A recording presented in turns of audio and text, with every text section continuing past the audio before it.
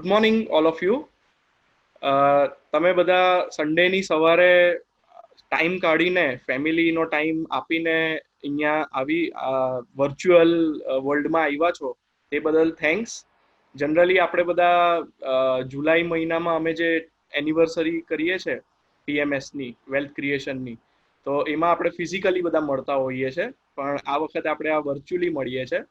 અને મને લાગે છે કે આ વધારે કન્વિનિયન્ટ બી છે બધાને, કારણ કે કોઈ મોડેથી બી ઉઠ્યું હોય, નાસ્તો કર્યો હોય અને પછી હવે ઇવન પોતાના બેડરૂમમાં સૂતા સૂતા બી મને સાંભળી શકે છે. સો આ એક સારી વાત પણ છે, પણ ડેફિનેટલી ફિઝિકલ ટચ આપણે મિસ કરી રહ્યા છે. આપણે એકબીજાને મળીએ, હાથ મિલાવીએ, કદાચ હગ કરીએ, તો એ બધું આપણે ડેફિનેટલી મિસ કરી રહ્યા છે. પણ સો બી ઇટ, આપણે જે છે એમાં ખુશ રહીએ અને આગળ વધીએ, એવું મારું માનવું છે.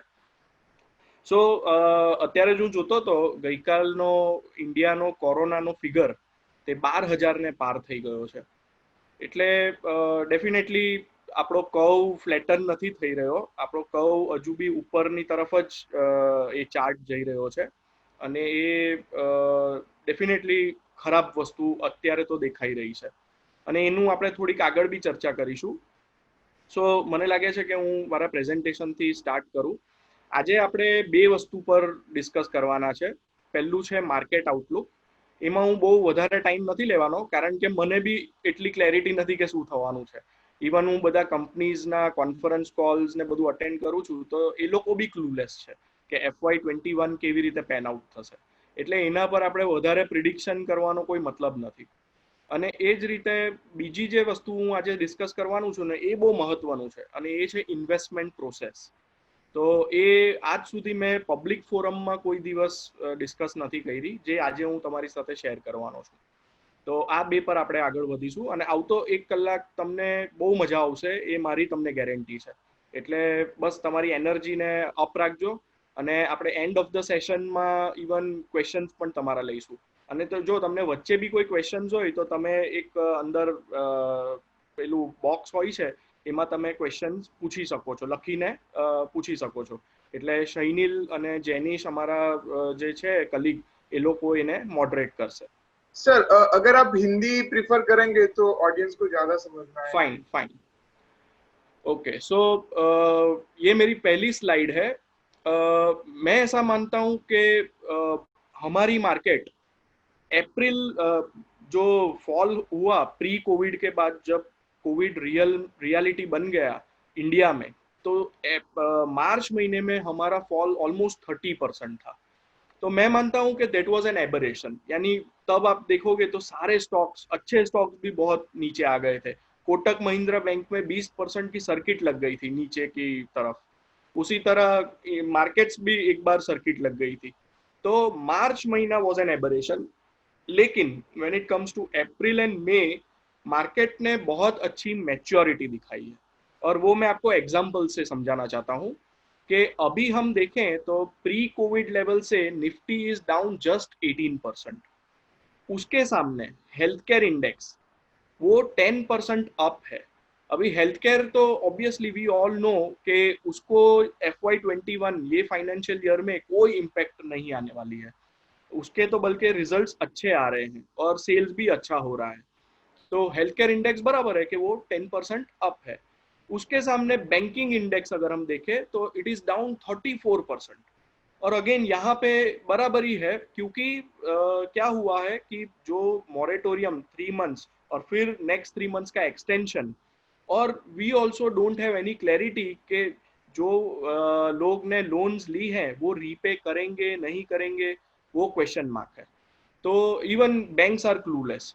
और बैंक लेवरेज्ड बिजनेस है, वो 10 रुपए की इक्विटी के सामने 60, 70, 80 रुपीज तक लेंडिंग करते हैं. अगर ये 60, 70 रुपीज में से 5 रुपीज भी अगर एनपीए हो जाता है, तो उनका 10% जो इक्विटी है उसका 50%, यानी नेटवर्थ का 50% वाइप ऑफ हो जाता है. और ये डर है मार्केट को कि काफी बड़े एनपीएस हो सकते हैं, और खास करके रिटेल लेंडिंग में हो सकते हैं. तो that is why banking index is down 34%. इसी तरह अगर हम स्टॉक्स में देखें तो ऑरोबिंदो फार्मा, तो वो इट इज अप 10%, यानी मार्केट इज डाउन 18%, लेकिन ऑरोबिंदो फार्मा 10% अप है, तो वी कैन जस्टिफाई के बराबर है, ऑरोबिंदो फार्मा फार्मा कंपनी है, दवाई बेचती है और दवाई की डिमांड बढ़ी है और सेल्स भी अच्छा हुआ है, तो इट इज जस्टिफाइबल। दूसरा मैंने स्टॉक लिखा है ICICI Lombard, which is a non life insurance company. वो it is down just 4% from its high. तो क्यों ऐसा है? क्योंकि 75% of its revenue come out of two components, one is health insurance और सेकेंड इज मोटर इंश्योरेंस। अभी Covid में आप सोचोगे तो हम सब ज्यादा अवेयर हो गए हैं, तो हम लोग अभी ज्यादा इंश्योरेंस लेने का सोच रहे हैं, मेडिकल इंश्योरेंस लेने का सोच रहे हैं। इवन हमारा अगर सपोज 5 lakhs का है तो we want to up it to 10 lakhs या 15 lakhs। तो ये एक वजह से मुझे लगता है कि डिमांड बढ़ेगी। दूसरा मोटर इंश्योरेंस, मोटर इंश्योरेंस में हम सब ने देखा 2 महीने 3 महीने तक गाड़ी ही नहीं दौड़ी है रास्ते पे, तो एक्सीडेंट्स नहीं हुए, एक्सीडेंट्स नहीं हुए तो इनको क्लेम नहीं आने वाला है, and they don't need to give claims. So ICICI Lombard को क्लियर वो फायदा होने वाला है। और दूसरा कि nobody is going to stop buying motor insurance. अभी हमारा जब भी नेक्स्ट ईयर का इंश्योरेंस आएगा तो वी विल बाई इट। हम लोग ऐसा नहीं सोचेंगे कि 2 महीना हमने नहीं कुछ किया तो वी विल नॉट बाई। तो again 75% revenue comes from this two components, and that is why ICICI Lombard is just down 4%। तो 1420 का उसका ऑल टाइम हाई है, अभी वो 1310 पे है, एंड इट वेंट टू 850 900। तो वहां वो एबरेशन था, लेकिन अभी it is eight normal levels. Again third stock हम देखेंगे टाइटन। टाइटन मेनली ज्वेलरी में उसका मेजर पोर्शन है सेल्स का, तो it is down 28%। Again we can justify कि भाई हम सब मानते हैं कि लोग अभी टाइटन जो बेचता है वो नॉन असेंशियल चीजें बेचता है, तो इतनी अच्छी डिमांड इमीडिएट टर्म में नहीं आने वाली है, तो that is why Titan is down 28%। और again ICICI bank is down 38%। तो अगेन जैसे मैंने ऊपर आपको बताया कि बैंक के लिए ये रियल इश्यू है, तो इसलिए ये भी जस्टिफाइड है कि आईसीआईसीआई बैंक जो लीडर बैंक है इट इज डाउन 38%। पर ये केस यूएस में नहीं है। Recently I was hearing a very good fund manager Monish Pabrai, उनको मैं सुन रहा था, तो उन्होंने एक बहुत अच्छा लाइव केस स्टडी दिया था कि यूएस में एक कंपनी है, लिस्टेड कंपनी है, live nation. So live nation क्या करती है? वो कॉन्सर्ट्स ऑर्गेनाइज करती है, तो world over they organise around 35,000 concerts. अभी हम सब जानते हैं कि बिकॉज ऑफ कोविड कॉन्सर्ट्स होने वाले नहीं है, और ये साल तो नहीं होंगे, नेक्स्ट साल भी नहीं होंगे शायद, और people will be averse to go in a crowd. तो अगेन ये शहर टूटना चाहिए, और ये टूटा है 40%। लेकिन when it comes to second stock carriage services, ये कंपनी क्या करती है कि कॉफिन्स बनाती है, यानी जब लोग मर जाते हैं और उसको अच्छी कॉफिन में हमारे रिलेटिव्स या कोई भी हो तो उसको यूएस में इसमें कैरेज सर्विस यूज होती है।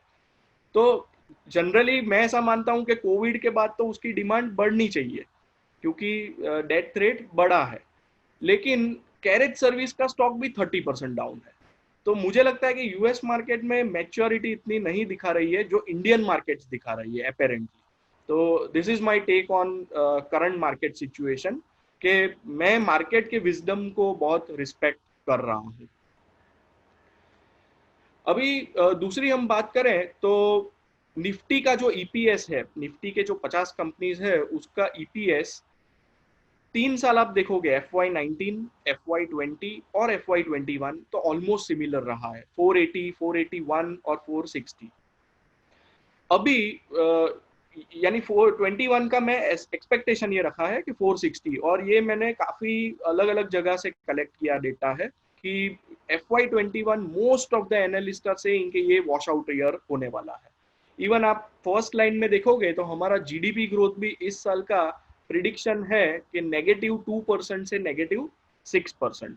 तो ऐसा शार्प फॉल और नेगेटिव ग्रोथ रेट मैंने मेरी लाइफ में इंडिया में कभी नहीं देखा है, जो हम ये साल देखने वाले हैं कि it will be between -2 to -6%। लेकिन FY22 में everybody is expecting a sharp recovery, क्योंकि बेस इफेक्ट बहुत खराब हो जाने वाला है। FY21 इतना खराब होगा कि FY22 में मार्जिनल ग्रोथ भी बहुत बड़ा ग्रोथ लगेगा हमें। फॉर एग्जाम्पल अभी हम देखें तो अप्रैल में कंप्लीट लॉकडाउन था तो कुछ सेल्स हुआ ही नहीं है।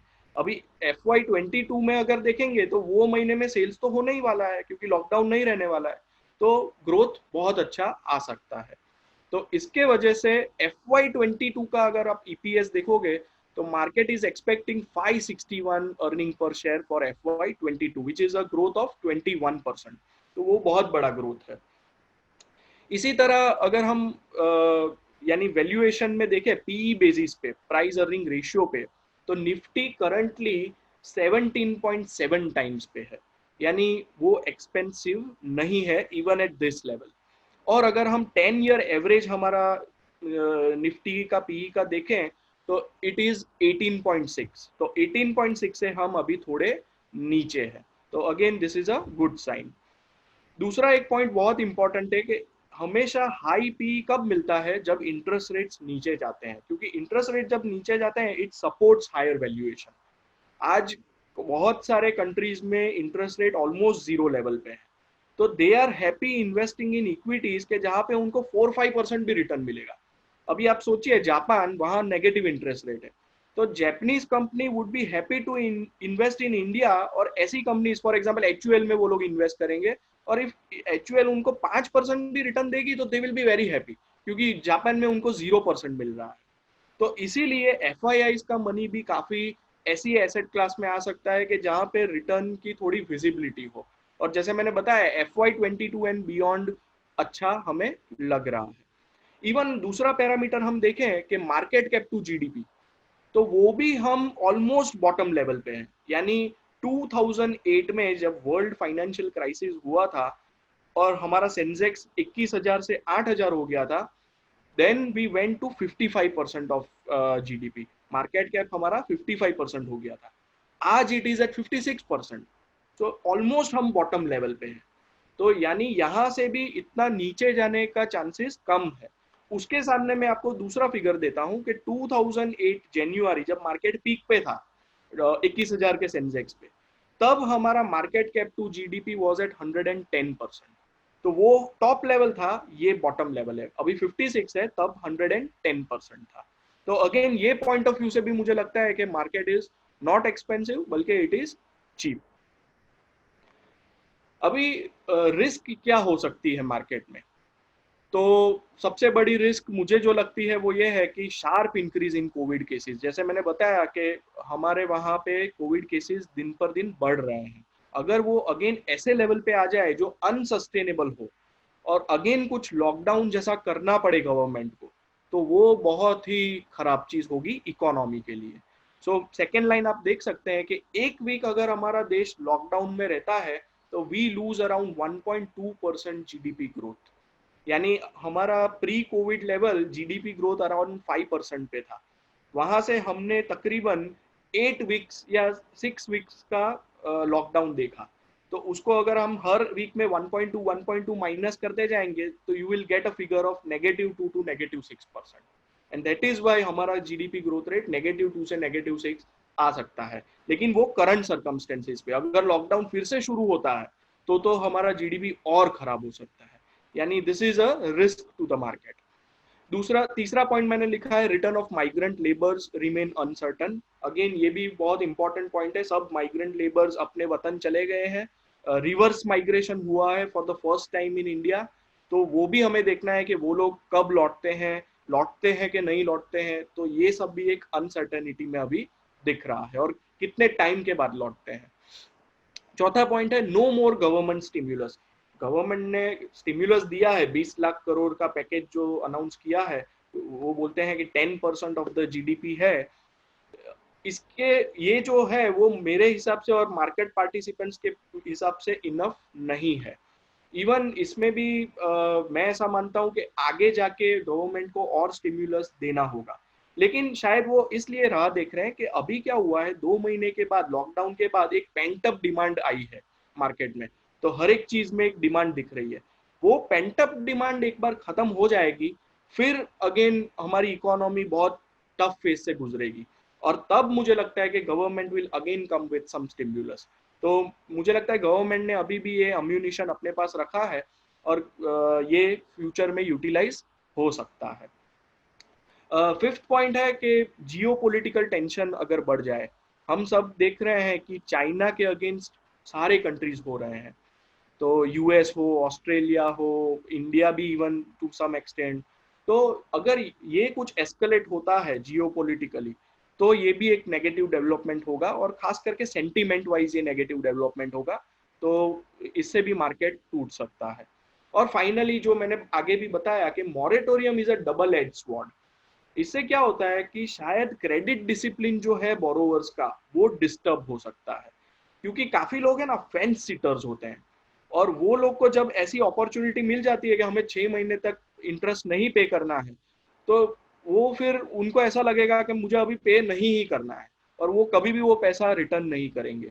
तो ये एक हमें वी नीड टू सी कि क्या होता है इस पे, but this is a danger sign, this is a thing to be watched out कि एक बार अगस्त के बाद मॉरेटोरियम जब खत्म होता है तब रिकवरी कितनी आती है, और and that is a important point to be looked at.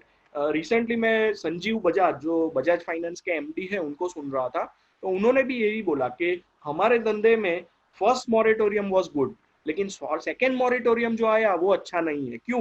क्योंकि हम लोग 40-50 थाउजेंड की लोन देते हैं, और अभी सेकेंड मोरेटोरियम आया तो जो भी बंदा है उसको पता है कि मेरा कैश फ्लो क्या है, मेरा जॉब है कि नहीं है, क्योंकि ये कोविड सिचुएशन ऑलरेडी आ चुकी है, तो I know my cash flows और ये सब।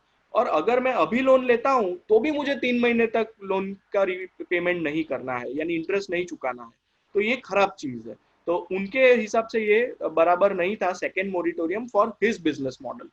अगेंस्ट दैट अगर हम इसकी बात करें हाउसिंग फाइनेंस कंपनीज की, तो उनके लिए अच्छा है, क्योंकि सी उनका लोन टेन्योर बहुत बड़ा होता है, 10 ईयर्स 15 ईयर्स का टेन्योर होता है, तो वहां पे 6 months is not a big event for them. तो ये it differentiates between two different models.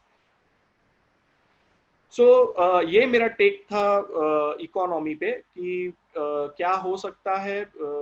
मैंने थोड़ा बहुत आपसे शेयर किया जो मुझे नॉलेज है, मैंने जो सुना है उस पे से। Now we come to investment philosophy, और ये मुझे लगता है सबसे इम्पोर्टेंट पार्ट है आज के प्रेजेंटेशन का। सो जनरली ये जो मैंने फ्रेमवर्क बनाया है 4 चीज़ों का, वो मैंने मेरे 14 ईयर्स के कैरियर में काफ़ी कुछ मिस्टेक्स करके, काफ़ी फेलियर्स देख के, ये सीख के इवॉल्व होके ये चीज़ आई है, यानी experience has poured into this, and that is why I have come with this 4 models, और वो हम डीप में देखेंगे कि एग्जैक्टली हम कैसे इन्वेस्टमेंट्स को देखते हैं। तो कोई भी स्टॉक जब हम सिलेक्ट करते हैं तो सबसे पहले चीज हम देखते हैं उसकी एक्सटर्नल अपॉर्चुनिटी। एक्सटर्नल अपॉर्चुनिटी बहुत बड़ी होनी चाहिए, और वो मैं आपको समझा रहा हूँ आगे जाके कि वो कैसे। दूसरा होता है, उसके बाद आता है great business, it should be a great business, मेरे को इंफीरियर बिजनेस नहीं खरीदना है। तीसरा आता है मैनेजमेंट, मैनेजमेंट कैसा होना चाहिए, कॉम्पिटेंट होना चाहिए, पैशनेट होना चाहिए, और सबसे इंपॉर्टेंट एथिकल होना चाहिए। रामदेव अग्रवाल जी हमेशा बोलते हैं कि 100 × 0 इज 0। तो अगर आप एथिकल नहीं हो तो आप लाइफ में कभी भी सस्टेनेबल सक्सेस नहीं कमा सकते हो। आप ऊपर जाओगे और फिर से नीचे आ जाओगे, शेयर प्राइस में भी वो ऊपर जाएगा और फिर नीचे आ जाएगा। See the case with yes bank कि क्या हुआ, वो ऊपर गया लेकिन एथिकल नहीं था तो नीचे आ गया। एंड फाइनली कम्स वैल्यूएशंस, कि आप कौन से भाव पे खरीदते हो वो भी बहुत इंपॉर्टेंट है। लेकिन इसमें सबसे इंपॉर्टेंट चीज है, ये सीरीज में ही हमें फॉलो करना है। जनरली हम सब स्टार्ट करते हैं वैल्यूएशन से कि ये शेयर महंगा है तो नहीं लेना है। That should be the last thing to see. सबसे पहले देखना है एक्सटर्नल अपॉर्चुनिटी, उसके बाद देखना है बिजनेस, उसके बाद देखना है मैनेजमेंट, और फाइनली देखना है वैल्यूएशंस। सो अभी हम एक एक चीज को डीप में देखेंगे। सबसे पहले चीज आती है एक्सटर्नल अपॉर्चुनिटी। यहाँ पे साइज ऑफ द पॉन्ड बड़ा होना चाहिए। आप जहां पे फिशिंग कर रहे हो वो पॉन्ड अगर बड़ा होगा तो उसमें आपको बहुत फिशेस मिलेगी और आप वो फिश को पकड़ पाओगे। तो एग्जाम्पल यहाँ मैंने दिया है 2 सेक्टर्स का, एक है वेल्डिंग सेक्टर, दूसरा है ज्वेलरी सेक्टर। वेल्डिंग सेक्टर का market size is 1300 crore, just 1300 crore. और ज्वेलरी मार्केट का साइज है 3.5 लाख करोड़। इसका मतलब क्या है कि अगर कोई वेल्डिंग कंपनी में, वेल्डिंग सेक्टर में कोई बड़ी भी कंपनी बन जाए तो उसका सेल्स 13 करोड़ के ऊपर कभी नहीं जाने वाला है। 100% मार्केट शेयर भी हो तो भी 1300 करोड़ मैक्सिमम। उसके सामने ज्वेलरी सेक्टर का आप देख सकते हो 3.5 लाख करोड़ का मार्केट है, यानी बहुत बड़ा मार्केट है, बहुत बड़ा पॉन्ड है। तो ऑब्वियसली आप देखोगे वेल्डिंग की कोई भी कंपनी निफ्टी में नहीं है। वेल्डिंग की कंपनी, कोई भी कंपनी का मार्केट कैप 10,000 करोड़ के ऊपर नहीं है। उसके सामने ज्वेलरी कंपनी टाइटन, उसका मार्केट कैप आज 87,000 करोड़ है, क्योंकि उसकी इंडस्ट्री बड़ी है। दूसरी तरीके से मैं समझाता हूँ कि आज आप निफ्टी की कंपनीज देखिए, निफ्टी में जो टॉप 10 कंपनीज हैं तो उसमें आता है TCS, Infosys, Reliance, Hindustan Unilever, ITC, HDFC bank, Kotak bank. ये सब क्यों इतने बड़े बने?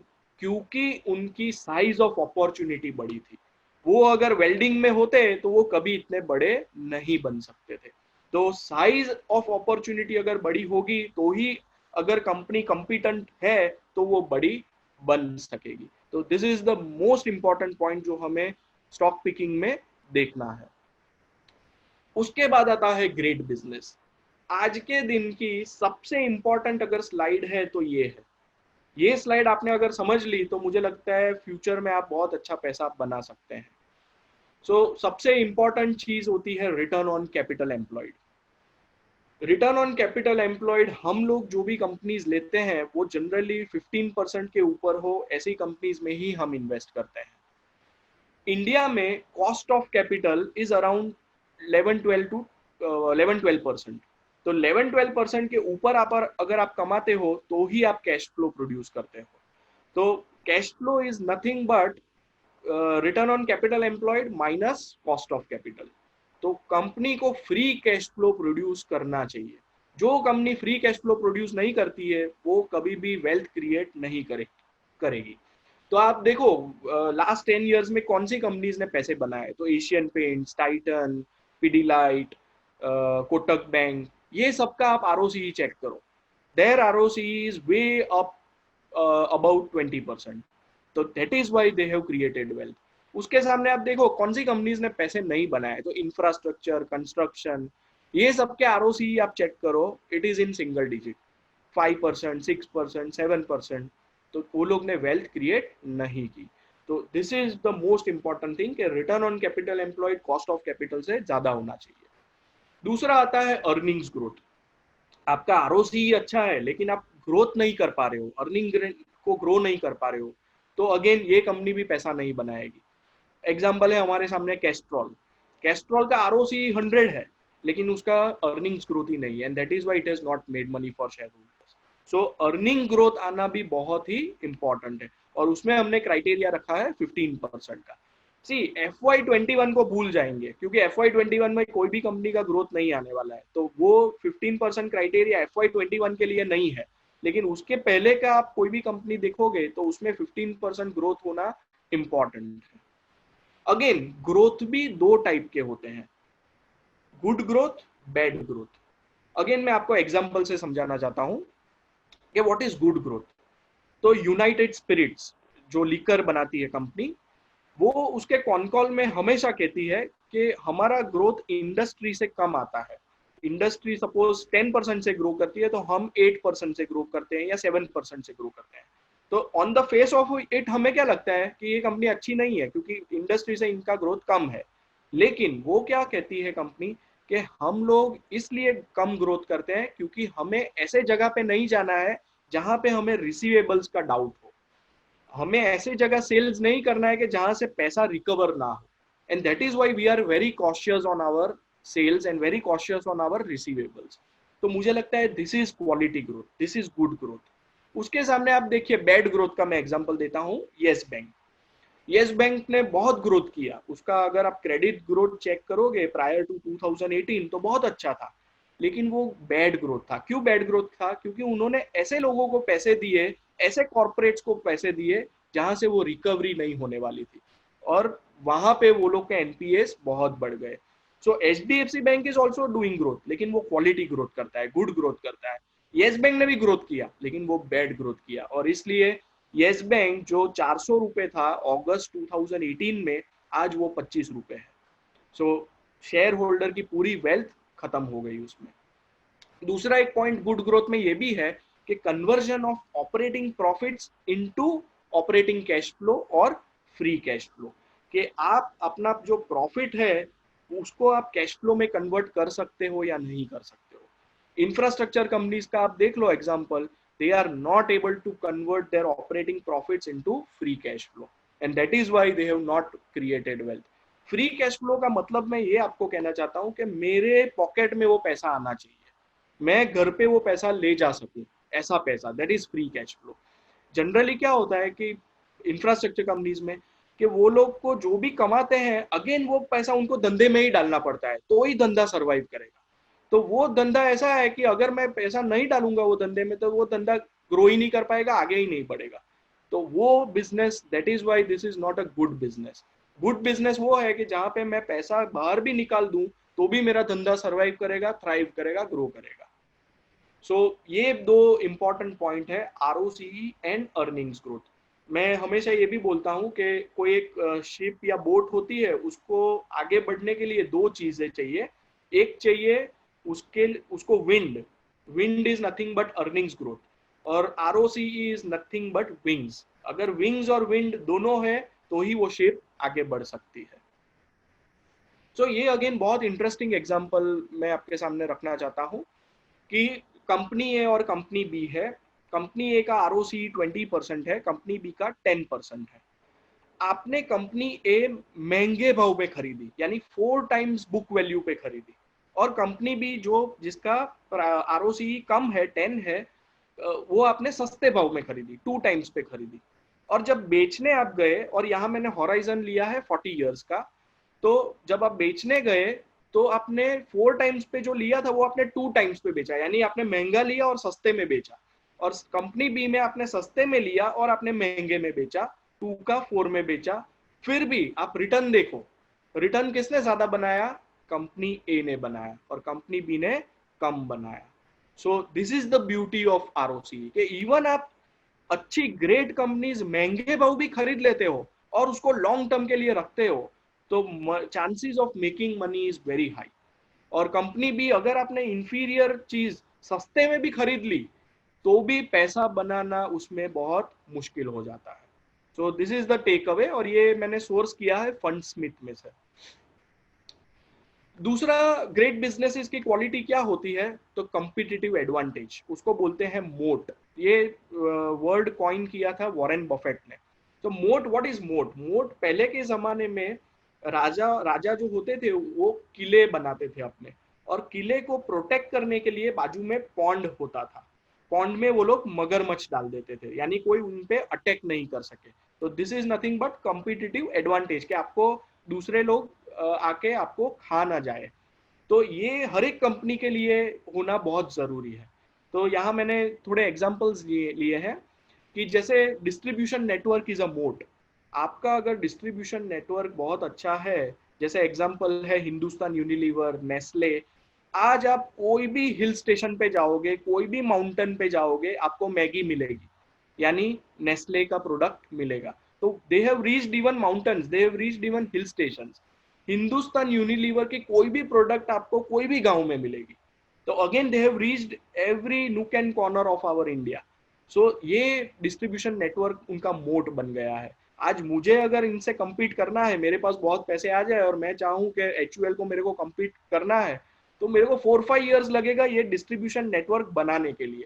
तो 4-5 years क्लियरली एडवांटेज है HUL के लिए, उनको कोई डिथ्रोन नहीं कर पाएगा तब तक। इसी तरह दूसरा इंपॉर्टेंट मोट हो जाता है लो कॉस्ट प्रोड्यूसर। आप जो भी चीज बनाते हो वो अपने पीयर से सबसे सस्ता बनाते हो। तो रिलैक्सो फुटवेयर सबसे सस्ता बनाता है अपना फुटवेयर, और इसलिए उसके लिए ये मोट बन गया है। इवन रिलैक्सो फुटवेयर के आप मार्जिन भी देखोगे तो वो बहुत लो मार्जिन चार्ज करता है। जनरली हम क्या मानते हैं कि जो कंपनीज के मार्जिन हाई होते हैं वो कंपनीज अच्छी होती है, लेकिन वो मेरे हिसाब से नए जमाने में करेक्ट नहीं है। जेफ बेजोस अमेजोन के जो एमडी है, उन्होंने एक स्टेटमेंट दिया था कि your margin is my opportunity. आप अगर तगड़ा मार्जिन लेते हो तो मैं आपके धंधे में आके आपको डिसरप्ट कर दूंगा। तो लो मार्जिन अगर है तो कोई नया कंपटीटर आने की कोशिश नहीं करेगा और वो दूर रहेगा। हाई मार्जिन होंगे तो जो जैसे हनी होता है और वहां सब बीज चली जाती है, वैसे सब कंपटीटर्स भी आ जाएंगे। उसी तरह एक दूसरा बैरियर या मोट होता है हाई एंट्री बैरियर्स। तो यहाँ एग्जांपल मैंने लिया है आईटीसी और यूनाइटेड स्पिरिट का। सिगरेट और लीकर, आज मेरे को अगर सिगरेट या लीकर बनाना है, हमें किसी को भी लाइसेंस नहीं मिलेगा from government of India. They have restricted their license to 3-4 players just. उसके अलावा किसी को ये लाइसेंस नहीं मिलने वाला है। तो आगे का जो भी धंधा होने वाला है वो 3-4 प्लेयर्स में ही डिस्ट्रीब्यूट हो जाएगा, वो और किसी को उसका प्रॉफिट या बेनिफिट नहीं मिलने वाला है। So high entry barrier is also a moat. इसी तरह ब्रांड रिकॉल, अगर मैंने एक बार तनिष्क की ज्वेलरी खरीदी and I am very happy with that jewellery, with their brand, with their quality, तो फिर मैं दूसरी बार भी वही ज्वेलरी खरीदूंगा। ऐसे कई एग्जांपल्स हैं। आइचर मोटर्स फॉर एग्जांपल के, रॉयल एनफील्ड का ब्रांड इतना तगड़ा बन गया है कि लोग लॉयल हो गए हैं वो ब्रांड पे, और दूसरी बार भी जब भी बाइक्स खरीदते हैं तो वहां ही उनको जाने का अच्छा लगता है। इसी तरह logistics management is also a मोट। तो वहां पे मैंने एग्जांपल लिया है डॉक्टर लालपात लेबोरेटरीज। ये कंपनी वैसे तो डायग्नोस्टिक सेक्टर की कंपनी है, पर मैं ऐसा मानता हूं कि इसका लॉजिस्टिक्स बहुत बढ़िया है। That is why nobody is able to capture its market share. क्योंकि सी आज कोई भी पैथोलॉजी लेबोरेटरी में बहुत सारी चीजें लॉजिस्टिक्स पे डिपेंडेंट है कि आपको पेशेंट के वहां पहले जाके ब्लड सैंपल कलेक्ट करना है, फिर उसको नंबरिंग बराबर करना है, फिर उसको भेजना है लेबोरेटरी में, लेबोरेटरी में तुरंत उसका ये होना चाहिए। तो ये सब पूरा लॉजिस्टिक्स का मैनेजमेंट होना चाहिए और टाइमली होना चाहिए। Within 24 hours you need to give them the report. तो इसलिए ये कंपनी को भी हिलाना बहुत मुश्किल हो गया है, और इसलिए ये सारे एग्जाम्पल्स मैंने दिए हैं। और and one thing I want to share with all of you कि सी, ये मैं जो आज भी आपको बता रहा हूँ वो सब एडुकेटिव पर्पज से बता रहा हूँ। डोंट टेक इट के ये मैं आपको रिकमेंड कर रहा हूँ। सो ये मेरा डिस्क्लेमर भी एक मैं दे देता हूँ कि ये सारे स्टॉक्स हमारे पीएमएस में है, मैं खुद भी होल्ड करता हूँ। पर when you buy, you take advice of financial adviser whom you consult. और ये जो भी चीजें मैं बता रहा हूँ वो एडुकेशन पर्पज से बता रहा हूँ।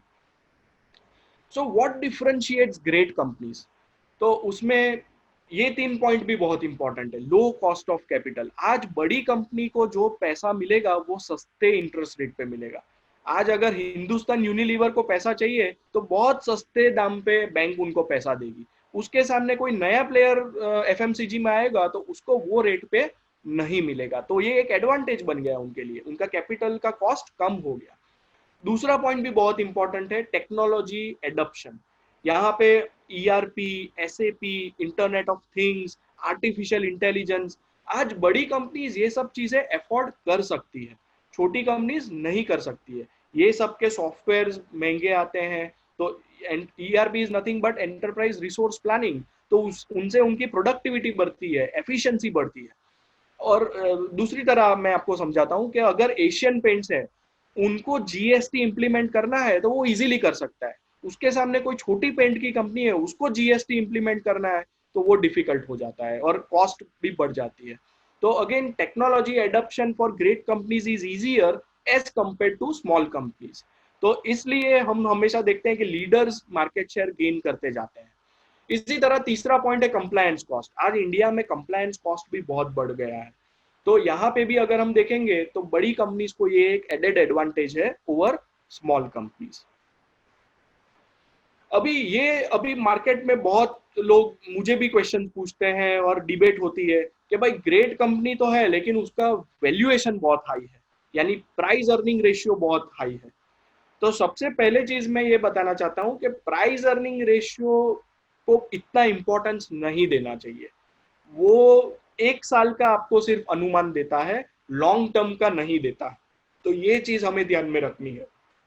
सो जनरली ग्रेट कंपनीज में दो चीज तो इंपॉर्टेंट है, high ROC and high growth.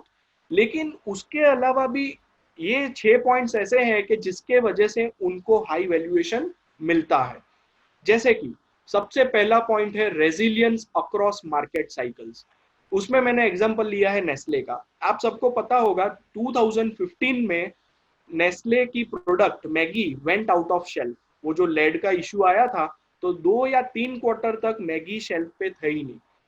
लेकिन मार्केट को भरोसा था कि मैगी विल बाउंस बैक, और वही हुआ। 3 क्वार्टर के बाद मैगी फिर से शेल्फ पे आ गई, फिर से उसने पूरा मार्केट शेयर गेन कर लिया। उस समय पे पतंजलि ने कोशिश की थी, यीपी नूडल्स जो आईटीसी के है उसने भी कोशिश की थी, लेकिन दे फेल्ड। और नेस्ले आज भी, यानी मैगी आज भी नंबर 1 प्रोडक्ट है in terms of market share. तो मार्केट इसको भी इंपॉर्टेंस देता है कि आप खराब समय में क्या करते हो। आप अपने, अगर खराब समय में आपने अच्छा किया है, आपने बाउंस बैक किया है, तो आपको हाई मल्टीपल मिल सकता है। उसी तरह दूसरा पॉइंट है प्रिडिक्टेबिलिटी ऑफ ग्रोथ। मार्केट को प्रिडिक्शन अगर वो कर सके तो उसको भी वो हाई वैल्यूएशन देता है। जैसे H D F C bank वर्षों से 25% ग्रोथ देता था। तो हमें पता ही होता था कि ये क्वार्टर का रिजल्ट आएगा, 25% ग्रोथ आएगा, और वही आता था। अभी it has come down to 20%। तो अभी 20% ग्रोथ क्वार्टर ऑन क्वार्टर आता है। आप चेक भी कर सकते हो, H D F C bank का सीमलेस ये है अपना, वो सीमलेस वे में उसका रिजल्ट आता है। तो प्रिडिक्शन जहां पे आप कर सकते हो, विजिबिलिटी जहां पे होती है, वहां पे भी अर्निंग्स आप ज्यादा दे सकते हो। अगेन एग्जांपल है secular companies versus cyclical companies. Secular companies को हमेशा हाई पी मिलेगा, कि वहां पे सबको पता है कि रैंडमनेस कम होती है। और साइक्लिकल कंपनीज जैसे मेटल कंपनीज हो गई, कमोडिटीज हो गया, तो वहां पे उसको कम पी मिलेगा, क्योंकि वहां पे रैंडमनेस ज्यादा है। तीसरा पॉइंट है एडेप्टिबिलिटी।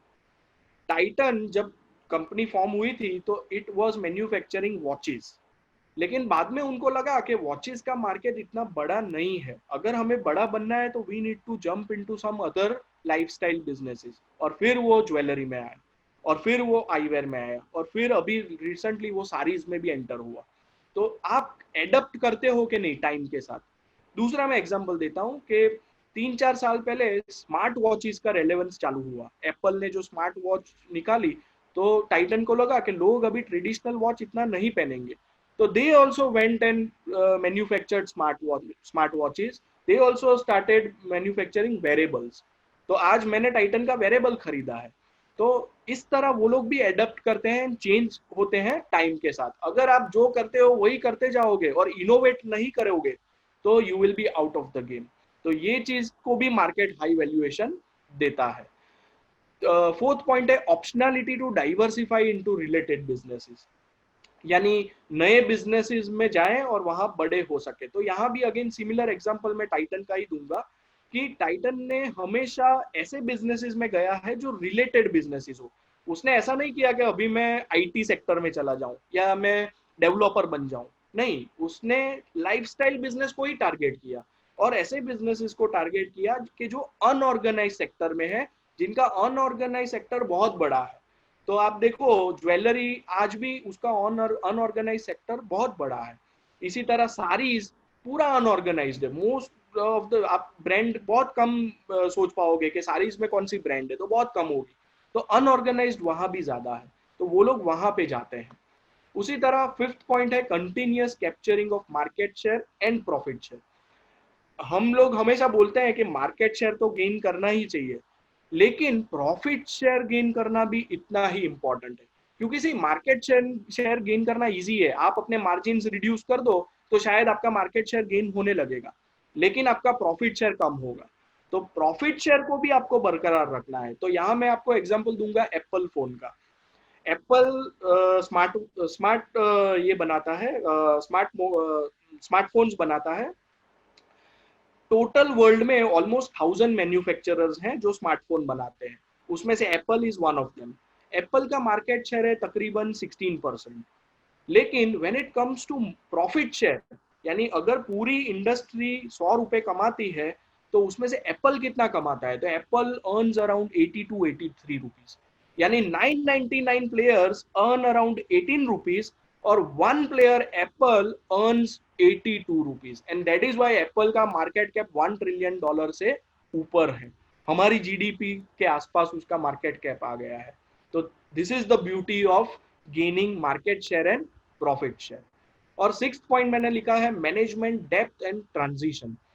आपको ऐसी कंपनी लेनी है कि जहां पे अगर एमडी कल नहीं भी रहता है तो भी वो कंपनी को इश्यू नहीं होना चाहिए। अगेन टाइटन का एग्जांपल है, लास्ट ईयर भास्कर भट्ट जो टाइटन के एमडी थे, 20 साल से कंपनी को चला रहे थे, ही रिटायर्ड, लेकिन कंपनी को कोई फर्क नहीं पड़ा। क्यों? क्योंकि उनका जो नीचे का बैंडविथ है, मैनेजमेंट है, वो इतना बढ़िया है कि वो सब आज वहां से ही एमडी आ गए। यानी जो ज्वेलरी बिजनेस के एमडी थे उनको आज पूरे कंपनी का एमडी बना दिए वेंकट रामन। तो और वो 1990 से कंपनी के साथ जुड़े हुए हैं। इवन टीसीएस का मैं आपको एग्जांपल देता हूँ। टीसीएस का 50 इयर्स के हिस्ट्री में there are only 4 MDs, 4 MD ही हैं जो टीसीएस को रन किया है।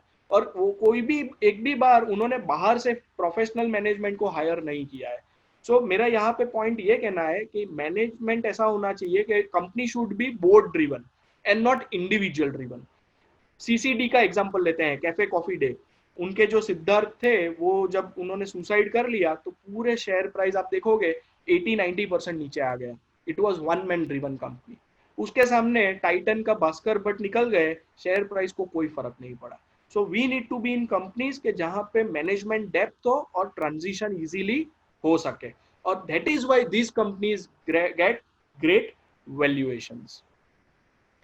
सो अगेन यहाँ मैंने एग्जांपल लिया है डेटा क्रंचिंग करके, कि अगर आप टाइटन को long term point of view से देखोगे, लास्ट 12 इयर्स का मैंने यहाँ लिया हुआ है।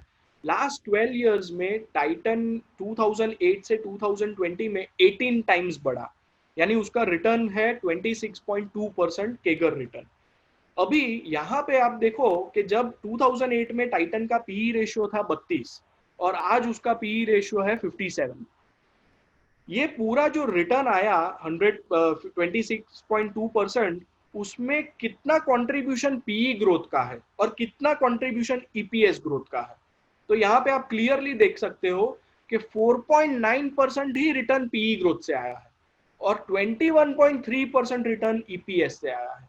यानी अगर पीई रीरेट नहीं होता, आपने अगर महंगा टाइटन लिया होता, 57 के पीई पे सपोज लिया होता, और ये ईपीएस उसका 21% से बढ़ा है, तो आपको 21% रिटर्न फिर भी मिलता। यानी मेरा कहने का मतलब यही है कि 81% of the return came from earnings growth and just 19% came from P growth. तो ये बहुत इंपॉर्टेंट चीज है। और लास्ट लाइन आप देखो, earnings compound over time, earning compound होते हैं, P does not compound. P सिर्फ वन टाइम ग्रो करता है। यानी सपोज आपने 20 के पी पे लिया और 40 हो गया तो वो वन टाइम होता है। अर्निंग्स हर साल होते हैं, तो इसलिए अर्निंग्स पे आपका फोकस ज्यादा होना चाहिए। अगेन दूसरा एग्जांपल है कि वाई क्वालिटी, क्यों क्वालिटी लेनी है। एक ही सेक्टर की मैंने 3 कंपनीज का एग्जांपल लिया हुआ है, टाइटन, पीसी ज्वेलर और टीबीजेड। आप तीनों का देखो, सेल्स देखो, तीनों का नेट प्रॉफिट देखो, और तीनों का मार्केट कैपिटलाइजेशन देखो, और सबसे important point as a share holder 5 साल का आप रिटर्न देखो। Titan has given 24% CAGR return, PC Jeweller ने -21%, यानी अपना वेल्थ इरोड हुआ है, और टीबीजेड में भी नेगेटिव रिटर्न है। तो ये हमें समझना है कि क्वालिटी क्यों मैटर करती है, इवन एक ही सेक्टर की 3 कंपनीज है। तो थोड़े दूसरे एस्पेक्ट्स भी मैं आपको हाईलाइट करना चाहता हूं कि जब हम कंपनी सिलेक्ट करते हैं तो हम क्या देखते हैं। तो we like companies which do not require capital to grow. We like asset light model which starts throwing cash. हमें एसेट हैवी कंपनीज में नहीं जाना है, क्योंकि मैंने देखा है जनरली एसेट हैवी कंपनीज में वो लोग डेट लेके एसेट खड़ी करते हैं और अल्टीमेटली शेयर होल्डर उसमें से नहीं कमा पाते हैं। तो light asset model is very important. आज आप वर्ल्ड की टॉप 5 कंपनीज देखो, FAANG stocks, Facebook, Amazon, Apple, Netflix, Google, ये 5 स्टॉक को कैपिटल ही नहीं चाहिए ग्रो होने के लिए। This is the best thing which one needs to have in a company, कि उनको फर्दर ग्रो करने के लिए कैपिटल ही नहीं चाहिए, and that is why they have become so huge, so big. So ये इंपॉर्टेंट पॉइंट है to be asset light. Second point, we prefer companies which does organic growth over inorganic growth, as history tells us acquisitions generally fail. मैंने देखा है कि 80% acquisitions fail हो जाते हैं। मैं आपको दो एग्जांपल देता हूँ। 2005 में हिंडाल्को ने नोवालिस खरीदा था, तब से लेके आज तक Hindalco has given zero return to share holders. वो एक्विजिशन हाई प्राइस पे हो गया था और हिंडाल्को में पैसा नहीं बन पाया। टाटा स्टील 2008 में कोरस लिया था, अगेन वो एक्विजिशन हाई वैल्यू पे आ गया था, तो उसका आज भी उन्हें दिक्कत हो रही है।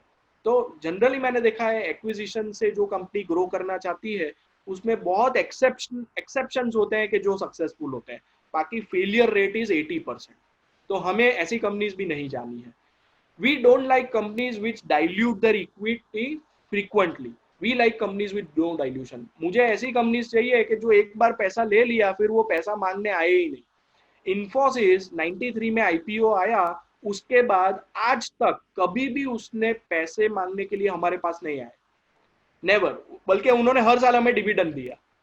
एशियन पेंट्स आईपीओ के बाद कभी भी वो पैसे मांगने नहीं आए। हिंदुस्तान यूनिलीवर कभी पैसे मांगने नहीं आए। ऐसी कंपनीज पैसा बनाती है। हमें ऐसे कंपनीज को नहीं देना है कि जो हर 2-3 साल के बाद पैसे लेने आ जाए, राइट इश्यू आ जाए, क्यूआईपी आ जाए, कुछ ना कुछ आ जाए। तो generally we don't prefer this type of companies. Again we like companies के जो डेट फ्री हो, और अभी का सिनेरियो उसके लिए बेस्ट है कि जहां पे अगर डेट फ्री आप हो तो आप सरवाइव कर लोगे, आप मरोगे नहीं। लेकिन अगर आपका हैवी डेट है और अगर आपका रेवेन्यू जीरो हो गया है बिकॉज ऑफ कोविड, तो आपके खत्म होने के चांसेस बहुत ज्यादा है। तो अगेन ये क्राइटेरिया को हम हमेशा फोकस में रखते हैं। दूसरे क्राइटेरियाज अगर देखें तो we like companies with good history of capital allocation and distribution. अगर आपको किसी भी मैनेजमेंट को जज करना है तो हमें ये देखना है कि वो अपना जो फ्री कैश फ्लो है उसको क्या करता है, कैपिटल एलोकेट कैसे करता है, डिस्ट्रीब्यूट कैसे करता है। जैसे इन्फोसिस को अपने धंधे में पैसे डालने की इतनी जरूरत ही नहीं है, तो वो क्या करता है 80-85% अपना पैसा जो है वो डिविडेंड से दे देता है, बाईबैक कर लेता है।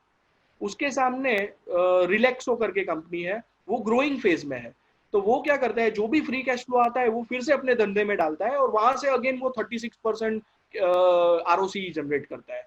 तो वो ज्यादा ग्रेट कंपनी हो गई कि उसका धंधा भी अच्छा है, फ्री कैश फ्लो भी है, फ्री कैश फ्लो फिर से धंधा में जाता है और फिर से कमा के देता है। तो we chase this type of companies.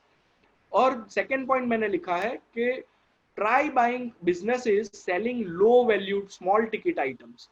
अभी भी हमने देखा कि असेंशियल प्रोडक्ट्स लोगों ने खरीदे कोविड में, तो उसकी डिमांड कभी नहीं जाती है। वो रिसेशन प्रूफ बिजनेस है कि कुछ भी हो जाए वो धंधा चलने वाला है। तो ऐसा मैं नहीं बोल रहा हूँ कि आपका पूरा पोर्टफोलियो ऐसा होना चाहिए, लेकिन आपका मेजर पार्ट ऐसा हो सके तो असेंशियल आइटम वाली प्रोडक्ट्स हो कि जो डेली यूज वाली हो या फ्रीक्वेंट यूज वाली हो, तो उसमें आप ज्यादा पैसा बना सकोगे। तीसरा पॉइंट है best businesses are the ones which generate high free cash flow which it can deploy in their own business to generate high returns, rate of returns.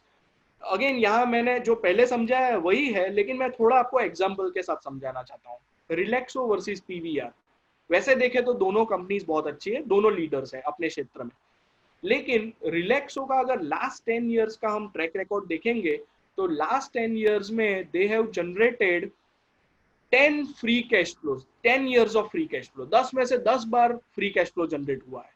PVR का 10 में से सिर्फ 5 बार फ्री कैश फ्लो जनरेट हुआ है।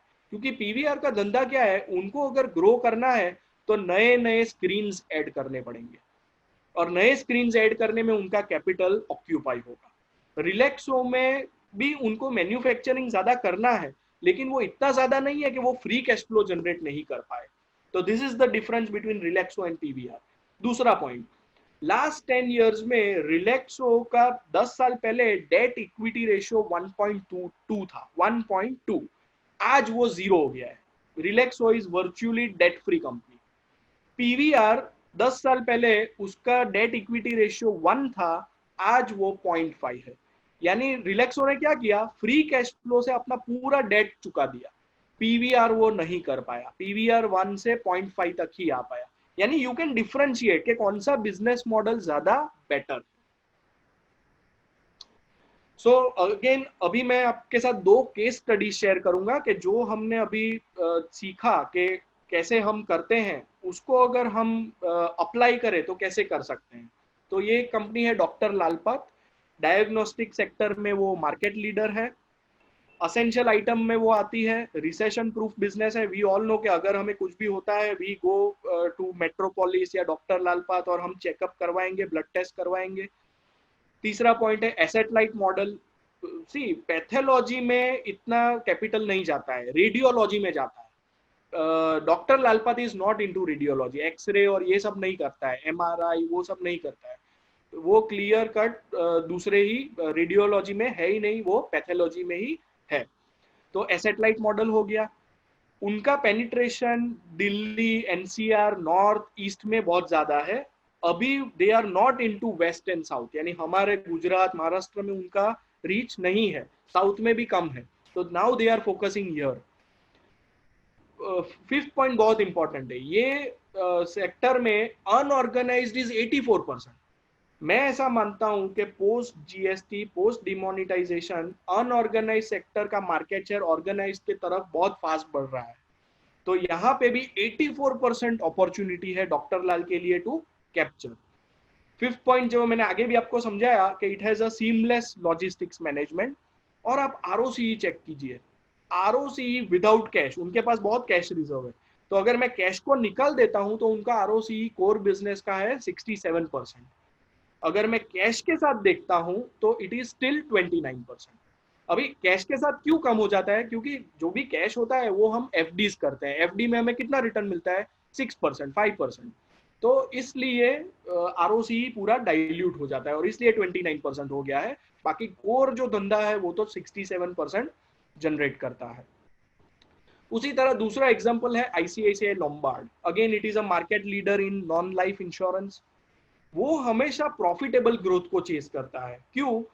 क्योंकि मैंने देखा कि 2 साल पहले देवर इनटू क्रॉप इंश्योरेंस और वहां उन्होंने उनको लगा कि क्रॉप इंश्योरेंस में पैसा नहीं बनता है क्योंकि गवर्नमेंट का इंटरवेंशन बहुत ज्यादा होता है। फार्मर्स को गवर्नमेंट हमेशा प्रोत्साहन देती है। तो इसलिए उनको लगा कि यहाँ पे पैसा नहीं बनेगा, तो they came out of that business, उन्होंने वो बिजनेस शट डाउन कर दिया।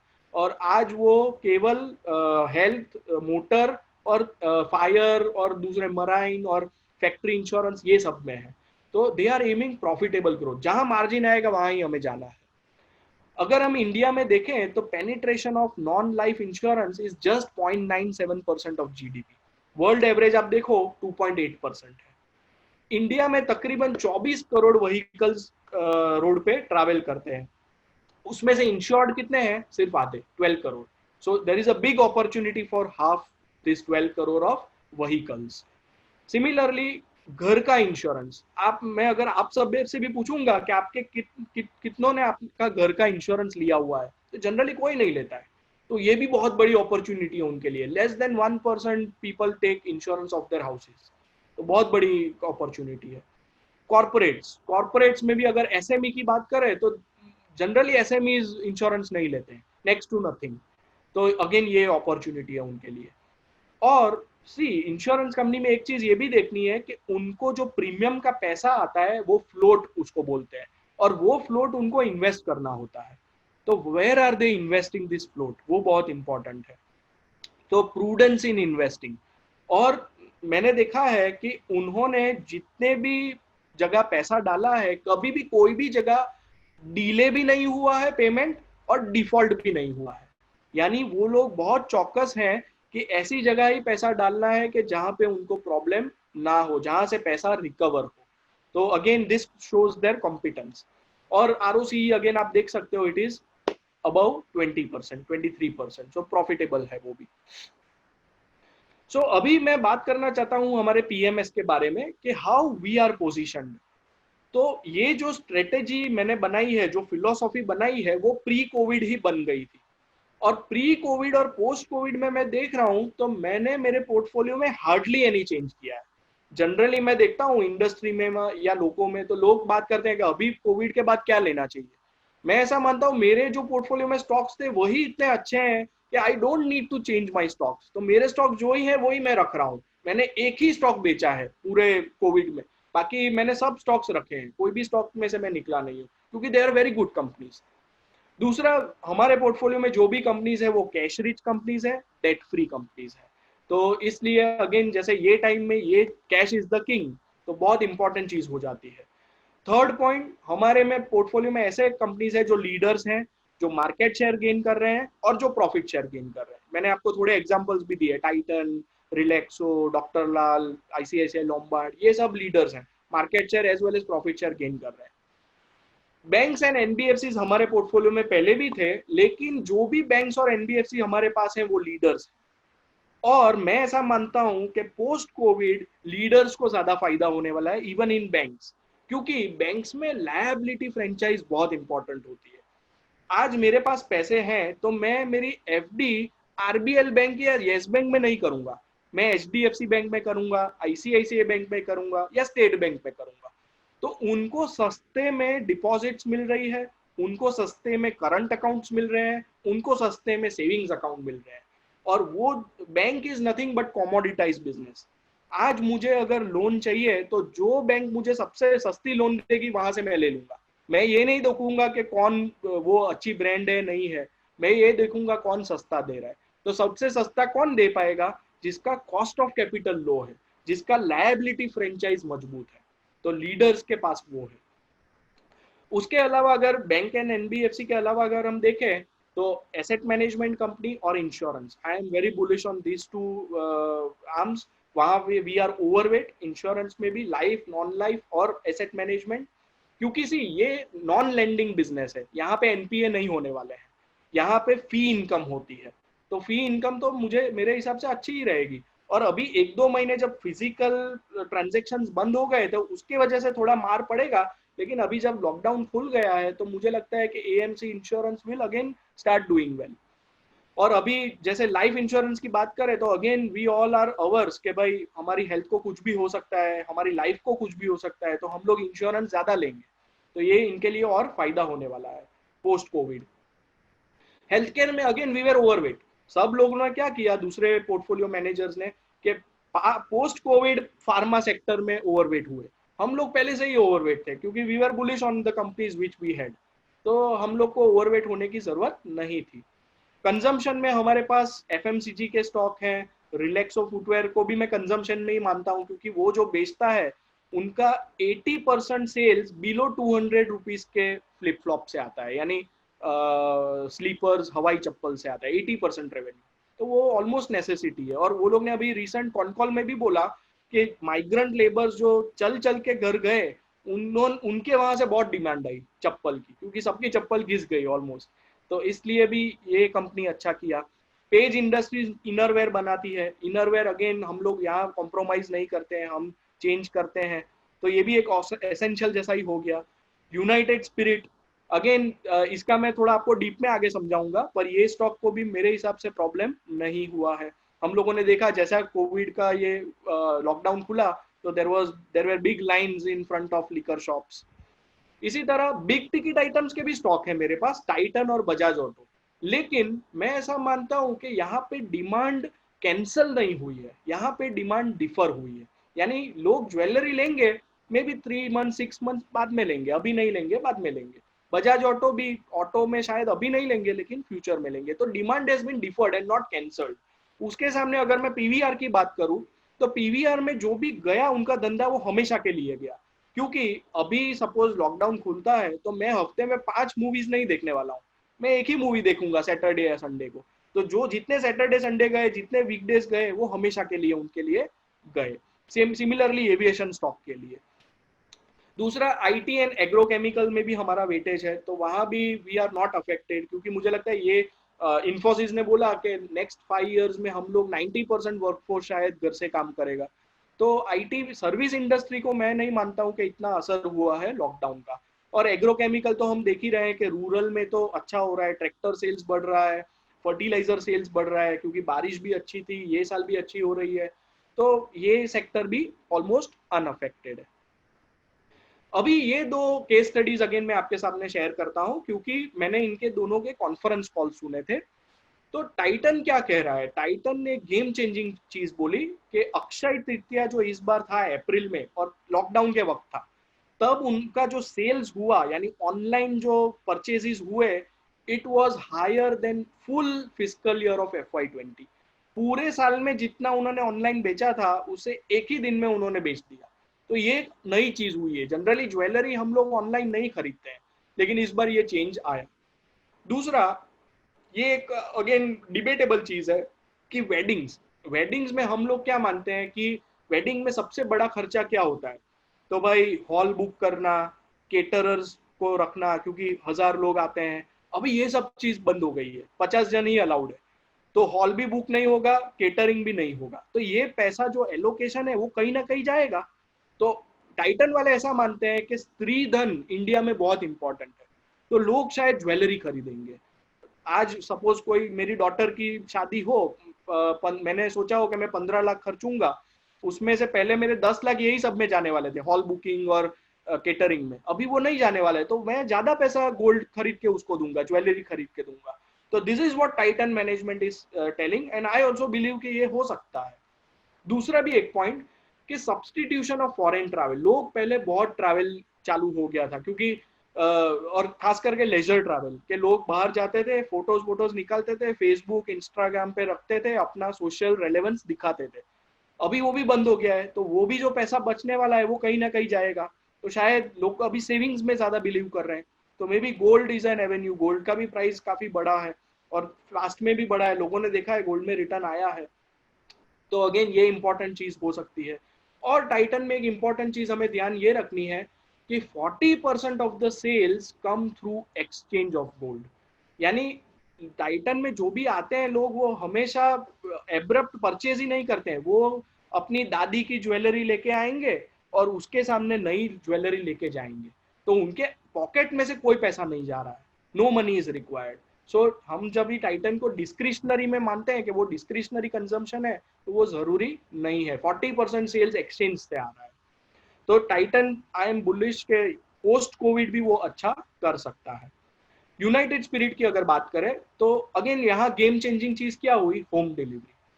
कि गवर्नमेंट के वो लोग बोल बोल के थक गए थे प्री कोविड कि भाई होम डिलीवरी अलाउ करो लीकर का, लेकिन government was not allowing. Because of this lockdown government is allowed, और ये अभी मुझे लगता है हमेशा के लिए हो गया। तो लीकर ऐसी चीज है कि अगर घर पे आ जाती है तो वो बहुत कन्वीनियंट हो जाता है, तो इसके वजह से भी सेल्स बढ़ सकता है। उसी तरह spirit consumption is more in homes than beer. आज घर पे अगर हम लिकर पीना चाहते हैं तो we will prefer good quality thing than an inferior thing. तो बियर जनरली बार्स में बिकता है या फिर होटल्स में बिकता है, पर when it comes to home consumption वहां लिकर ज्यादा बिकता है। And this has come out of United Spirits experience, management ने ये बोला है। और तीसरी चीज कि अभी लोगों का बड़ा एंजॉयमेंट वाली चीजें सब चली गई है। जैसे वो बाहर आउटिंग नहीं कर सकते हैं, घूमने नहीं जा सकते हैं, लग्जरी स्पेंडिंग भी उनको अभी कम करनी है क्योंकि आगे के डेज टफ दिख रहे हैं। तो वो लोग क्या करेंगे, they will prefer small small joys.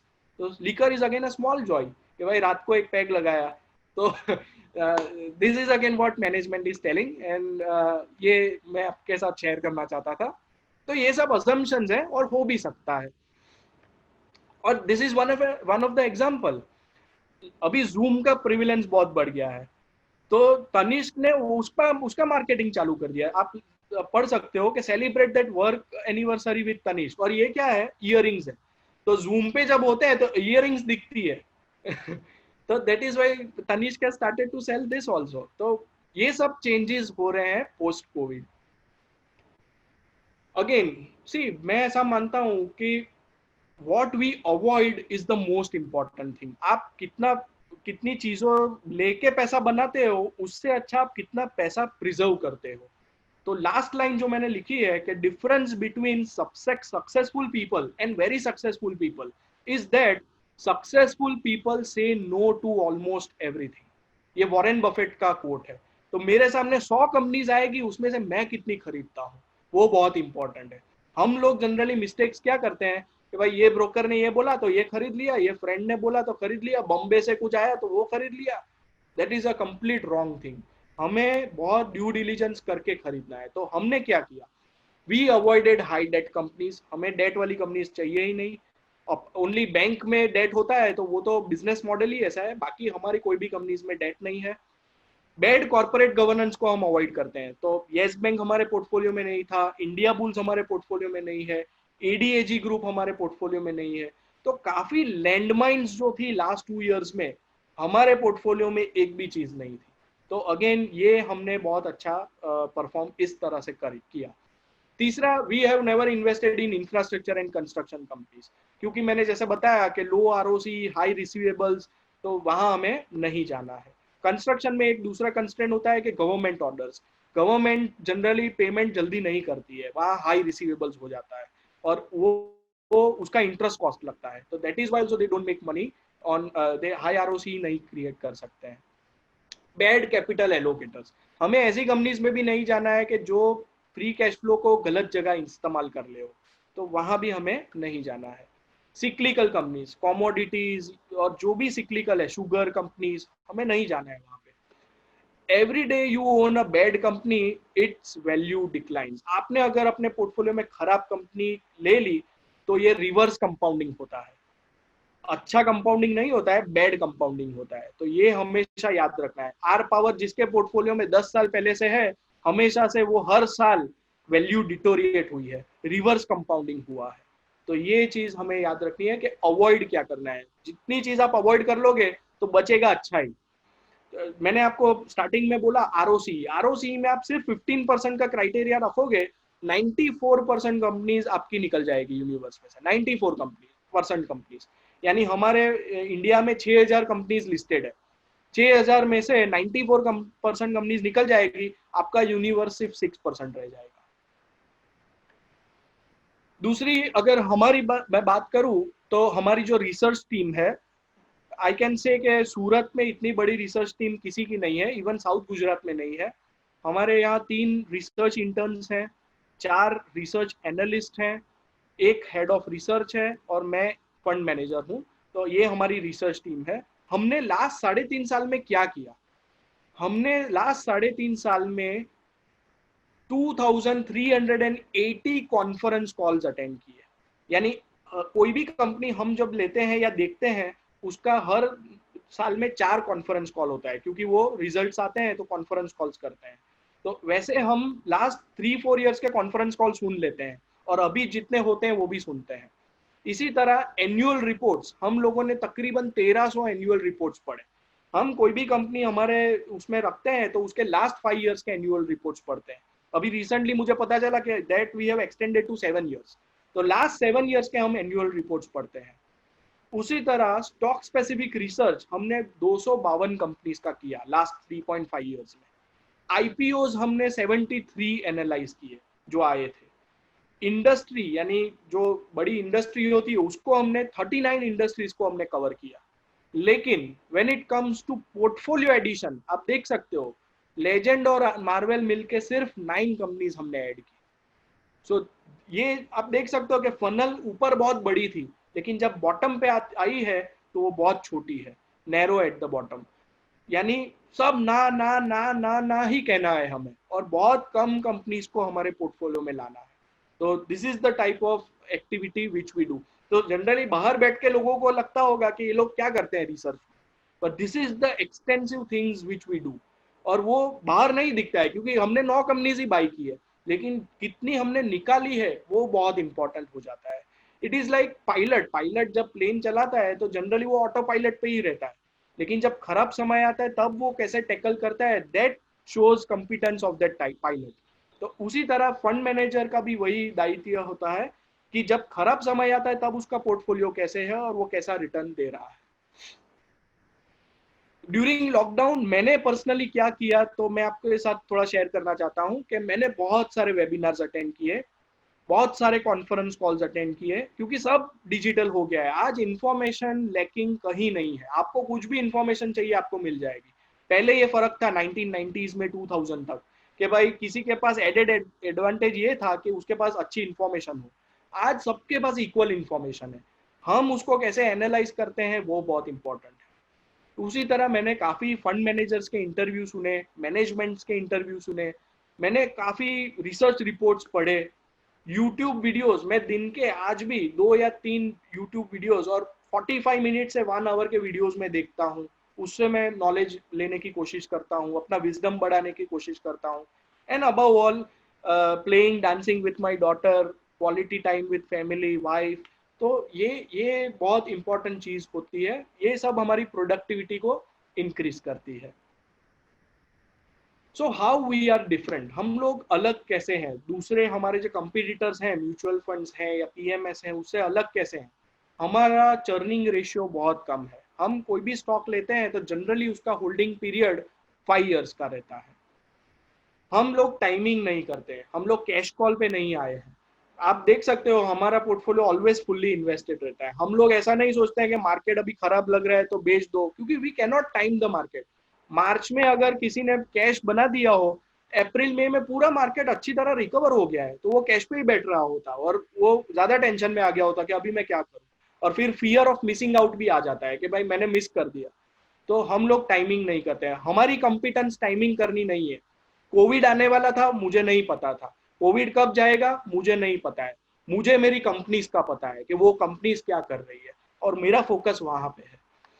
Concentrated portfolio, हम 20-22 स्टॉक का ही पोर्टफोलियो रखते हैं, कम भी नहीं ज्यादा भी नहीं। लॉन्ग टर्म ओरिएंटेशन, हम लोग लॉन्ग टर्म से सोचते हैं, शॉर्ट टर्म नहीं सोचते हैं। जैसे टाइटन अभी काफी पोर्टफोलियो मैनेजर्स के पोर्टफोलियो में नहीं होगा, क्योंकि वो लोग शॉर्ट टर्म सोचते हैं, वो लोग नेक्स्ट क्वार्टर सोचते हैं। हम लोग नेक्स्ट 5 years सोचते हैं। स्किन इन द गेम, जो भी स्टॉक्स मैं आपके साथ डिस्कस किया हूँ पोर्टफोलियोज में है, मेरे खुद के पोर्टफोलियो में है, वो हमारे डायरेक्टर हेमंत भाई देसाई के पोर्टफोलियो में है, फैमिली पोर्टफोलियो में है। तो जो मैं आपको देता हूँ वो मैं खुद भी कंज्यूम करता हूँ, ऐसा नहीं है कि मैं सिर्फ आपके लिए देता हूँ। Staying with winners and selling the losers, हम लोग मिस्टेक्स करते हैं तो मिस्टेक्स में से हमें निकलना है, और जहां पे विनर्स हमने आइडेंटिफाई कर लिए हैं उसके साथ बैठना है, होल्ड करना है। हमारा पोर्टफोलियो बहुत ही लिक्विड है। आज कोई भी रिडम्पशन आता है तो एक ही दिन में मैं पूरा पोर्टफोलियो लिक्विडेट कर सकता हूँ। हमने स्मॉल कैप, माइक्रो कैप ऐसी कंपनीज नहीं ली है कि जहां पे हम बेच ही नहीं पाए, सामने वॉल्यूम ही नहीं हो। तो हम लोग लिक्विड पोर्टफोलियो में मानते हैं। लास्ट 11 years से मैं ये पीएमएस मैनेज कर रहा हूँ, सो वास्ट एक्सपीरियंस अभी मेरे पास है। 14 years से मैं कंसेप्ट के साथ हूँ, 16 years से मैं मार्केट को ट्रैक कर रहा हूँ, और 11 years से मैं फंड मैनेज कर रहा हूँ, पब्लिक के पैसे मैनेज कर रहा हूँ। वेल क्वालिफाइड रिसर्च, हमारा जो टीम है वो सीएफए है, सीए है, एमबीए है, तो काफ़ी अच्छे क्वालिफाइड लोग हैं। और मार्केटिंग टीम की अगर आप सब जानते ही हैं, जेनिश है, भावेश है, शैनिल है, तो वो बहुत सारा एक्सपीरियंस अपने फील्ड में रख रहे हैं, वो 5 years 7 years से ये फील्ड में है। And finally highest level of integrity, हम लोग गलत नहीं करेंगे। हम लोग मिस्टेक्स कर सकते हैं लेकिन हम लोग गलत नहीं करेंगे, कोई भी चीटिंग नहीं करेंगे, ये मैं आपको अश्योरेंस दे सकता हूँ। सो विद दैट मेरा प्रेजेंटेशन यहाँ पे खत्म हुआ। मुझे लगता है आप लोगों ने इतना पेशेंट हियरिंग दिया। 1 hour and 15 minutes का प्रेजेंटेशन था, काफी लंबा था। मुझे लगता है हम लोग फास्ट क्वेश्चंस पे आ जाए। So Shanil, over to you. Okay, sir. There are one question that is it right time to buy mid and small cap or should we avoid? एक question था. Okay fine, good question. See, mid cap और small cap, मैं ऐसा मानता हूँ कि जब आप पोर्टफोलियो अपना कंस्ट्रक्ट करते हो तो मेजॉरिटी आपका 60-70% कोर पोर्टफोलियो होना चाहिए, और वो लार्ज कैप में होना चाहिए। आप थोड़ा वेंचर या एडवेंचर कर सकते हो मिड कैप में, और थोड़ी ज्यादा रिस्क ले सकते हो स्मॉल कैप में, पर वो मे बी 20% 30% मैक्सिमम। तो ज्यादा आपका वेटेज लार्ज कैप तरफ के और होना चाहिए। मैं ऐसा मानता हूँ मार्केट भी रिकवर होता है तो large cap can do much better. मैंने आपको पॉइंट्स भी दिखाए कि लार्ज कंपनीज को एडेड एडवांटेजेस क्या होते हैं over mid cap and small cap. तो और ऐसा कोई एविडेंस नहीं है कि मिड कैप स्मॉल कैप में ओवर लॉन्ग टर्म ज्यादा रिटर्न मिला है। Large caps can equally do well. Okay.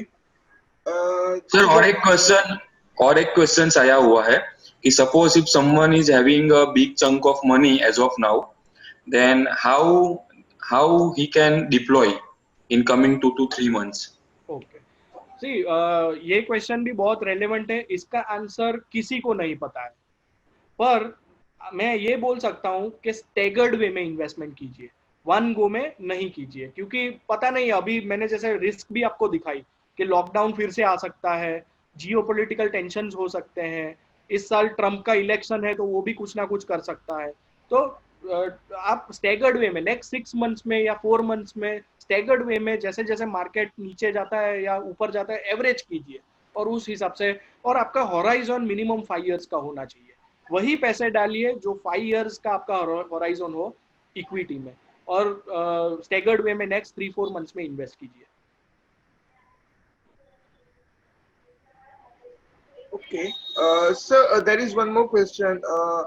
What is the future of crude? I mean, he's asking about derivative. वो derivative के लिए पूछ रहे हैं. But what is about the crude in future? Crude oil, Yes. हाँ, सी crude oil, मुझे मेरा personal view ये है कि $60-70 जो पहले था वो भी अभी नहीं आएगा, और 20 या बिलो $20 था वो भी शायद नहीं आएगा। सो this is the right level for crude, around $30 to $40। तो ये लेवल ही रह सकता है, ऐसा मेरा मानना है।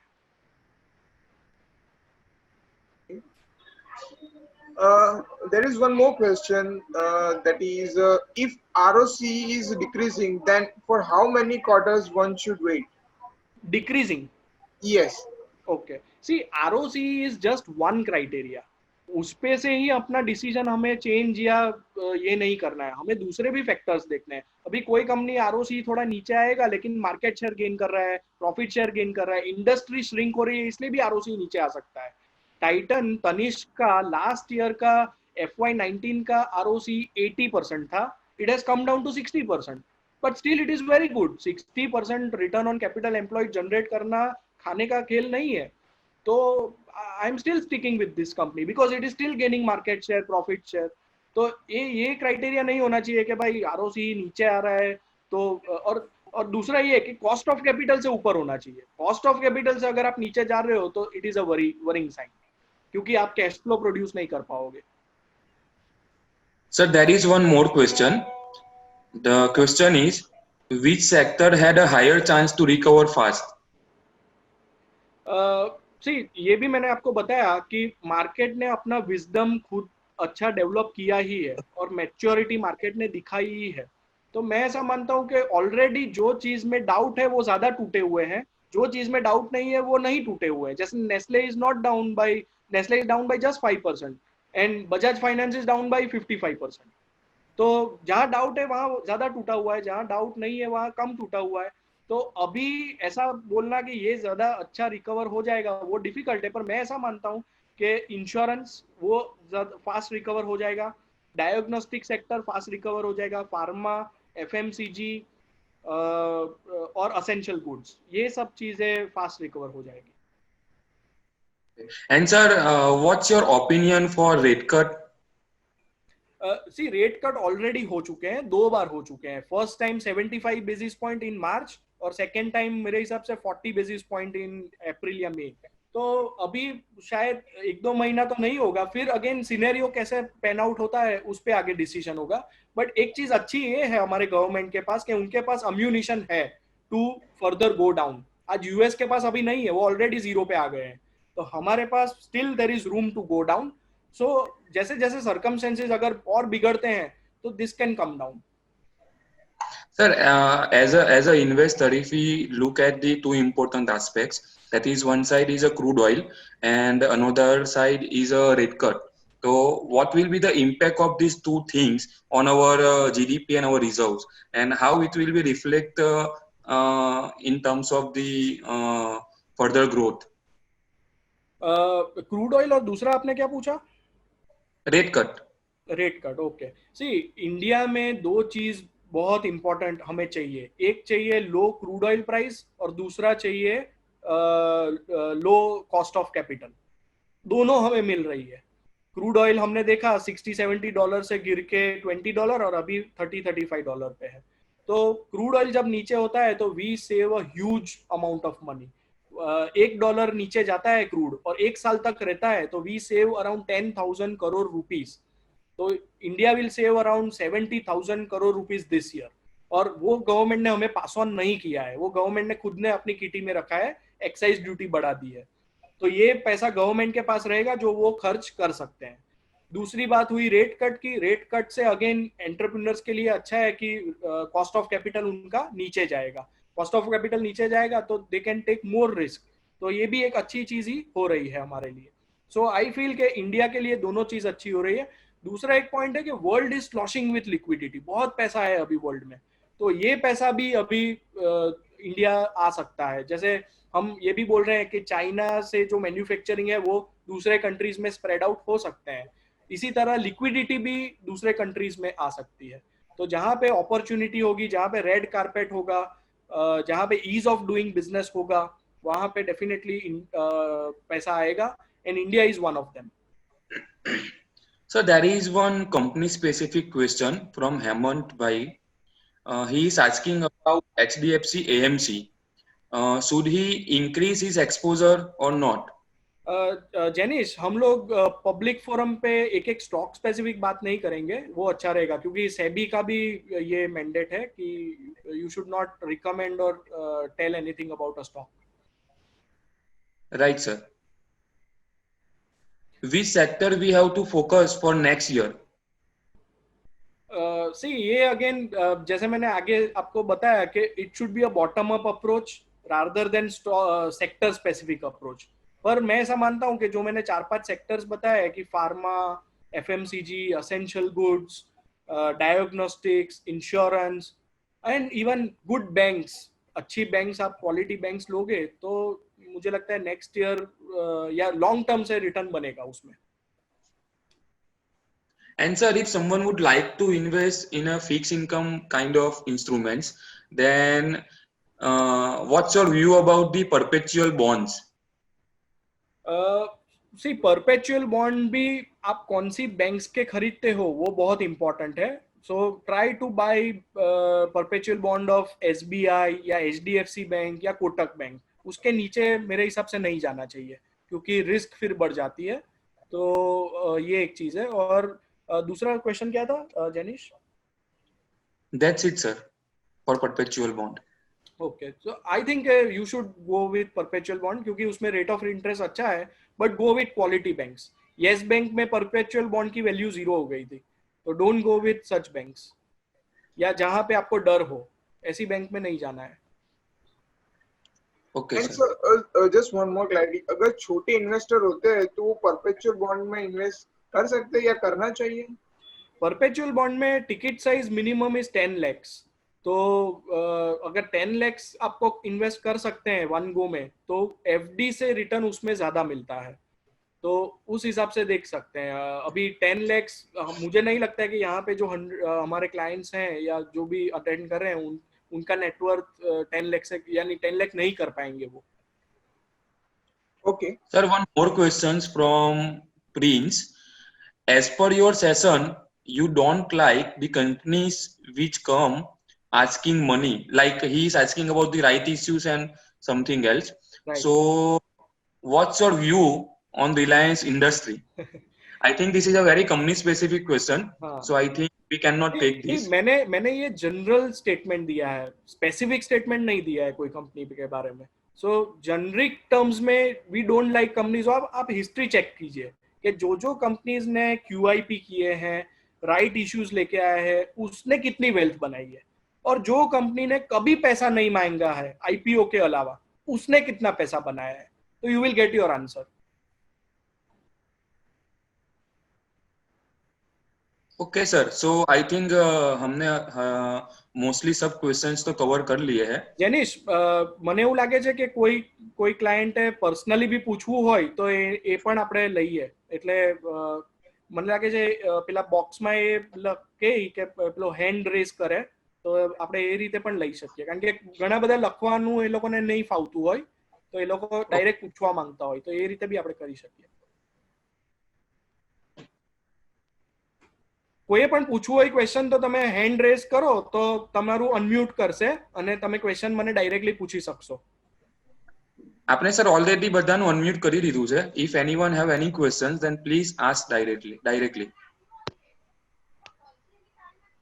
There are few people who want to जो आंसर पूछना चाह रहे हैं, तो हाँ पहले है हाँ शाइनिल, तो एमने अनम्यूट कर। yes yes जयेंद्र शानी करके है। हाँ हेलो जयेंद्र जी, आप क्वेश्चन पूछ सकते हैं अभी।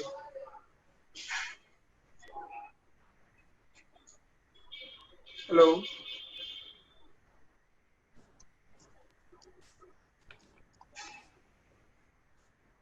ओके, उनकी ओर से कोई क्वेश्चन नहीं आया। Okay, next, move to next. Patel Rahul करके है। हेलो। हेलो।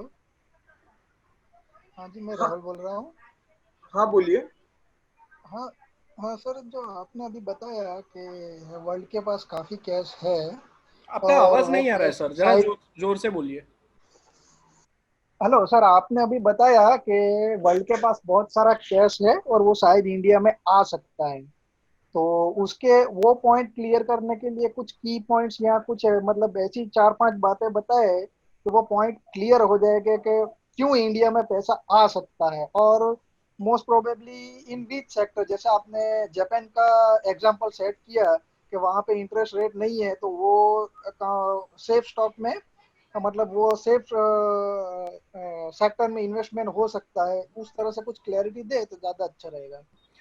हाँ यानी सी, ये भी सिंपल कॉमन सेंस है कि अभी हमने देखा रिलायंस जियो, वहाँ 1 लाख करोड़ से ज्यादा इन्वेस्टमेंट हुआ है, और वो कहाँ से आया है? तो वर्ल्ड ओवर से आया है। इंडिया में जो जियो में 1 लाख करोड़ का इन्वेस्टमेंट आया, वो अलग अलग प्राइवेट इक्विटी फर्म्स या इंस्टीट्यूशंस, उन्होंने पैसा डाला है।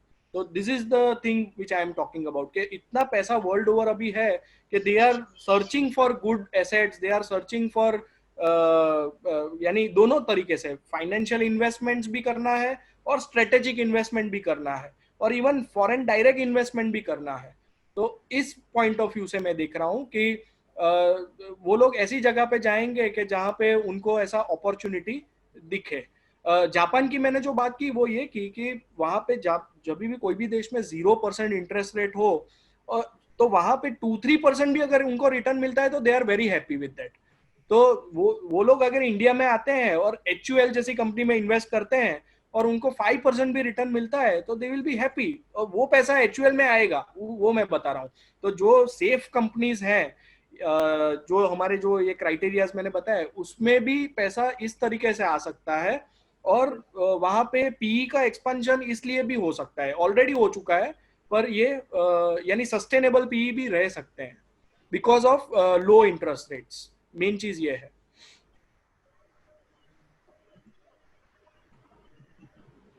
ओके, जयेंद्र शानी, आप अपना वॉइस अनम्यूट कर सकते हैं और क्वेश्चन पूछ सकते हैं।